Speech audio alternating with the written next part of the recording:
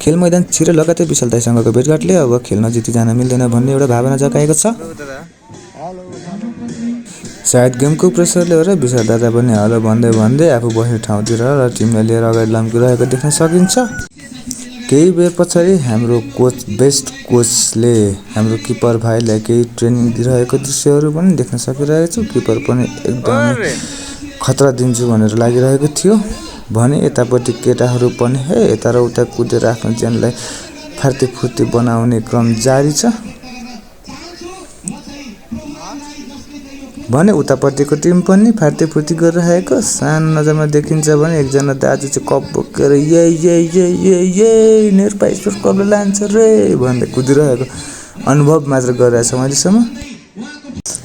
अहिलेसम्मको ठुलो धनराशि भएको यो गेममा यतिका दर्शक र सपोर्टरहरू सायद मैले अगाडि देखेको छु भन्न मिल्दैन, किनभने मैले यो पहिलोचोटि देखेको। वाउ यतिको क्रेज त भने उतापट्टि फेरि तपाईँ देख्न सक्नुहुन्छ केटाहरू एकदम रेडी छन्, हामी पनि रेडी छौँ। ताली बजाउनेले बजाएको छ, नाच्नेले छ, गाउनेले गाएको छ। यस्तो रोमाञ्चक खेल हेर्न तपाईँहरू पनि आउनुहोस् है। लौ हेर त परबाट बुढाले कप त बोकेर लिएर हल्लाउँदै हामी नै दिन्छु जस्तो गरिसक्यो भने त्यो खुसीमा बुढाबा नाचेका छ ढोले छ अर्को ढोले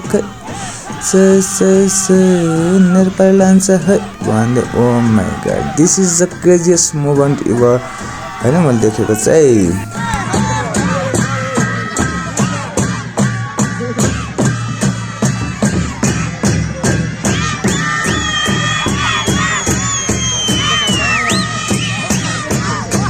ल बुढा त थाकेकै छैन, लौताबाट फेरि टक टक टक टक टक केही होइन राम्रा व्यक्तित्वहरू हात हल्लाउँदै होइन आउनुभएको छ।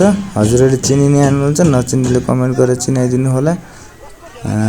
र खेल सुरु भइसकेको रहेछ। अब हामी एकछिन खेल हेर्छौँ, त्यस पछाडि हेर्दै जानेछौँ।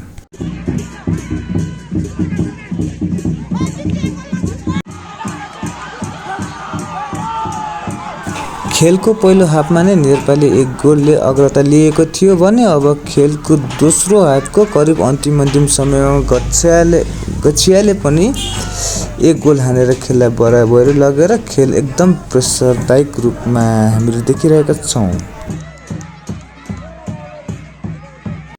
खेल पेनल्टी सुटआउट तर्फ गएको देख्न सकिरहेका छौँ।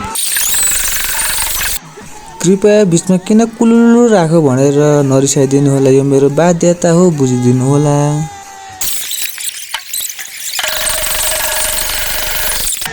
यति नगर त भिडियो लामो हुन्छ, सरी ल गाइज।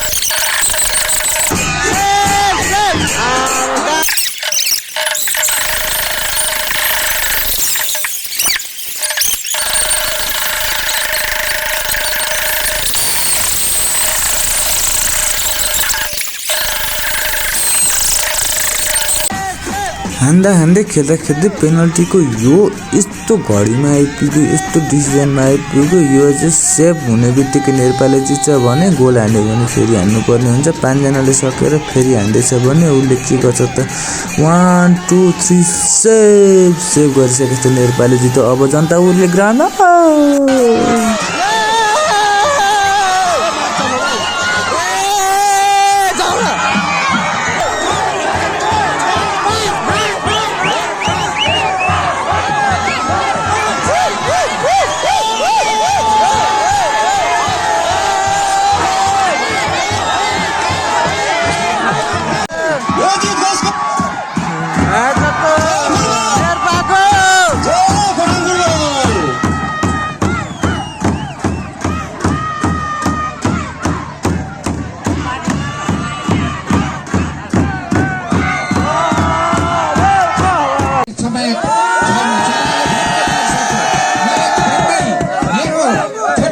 दुई शब्द यही पूरा गर्न चाहन्छु।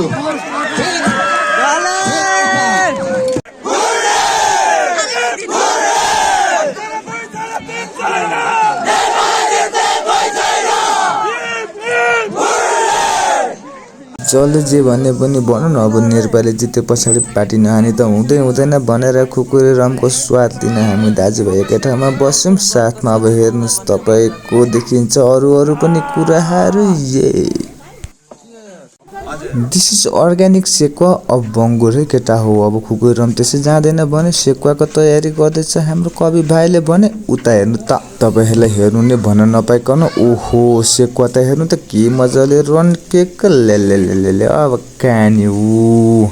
बेलुका चाहिँ फर्कदा राति नै भएको थियो र यति राम्रो कप चाहिँ अब बेलुका नराम्रो आउँछ भनेर हामीले दाजुभाइले चाहिँ भोलिपल्ट बिहान फोटो खिचेको छौँ र भिडियो पनि सकिदिएको छ। जय Nepal, thank you so much for watching.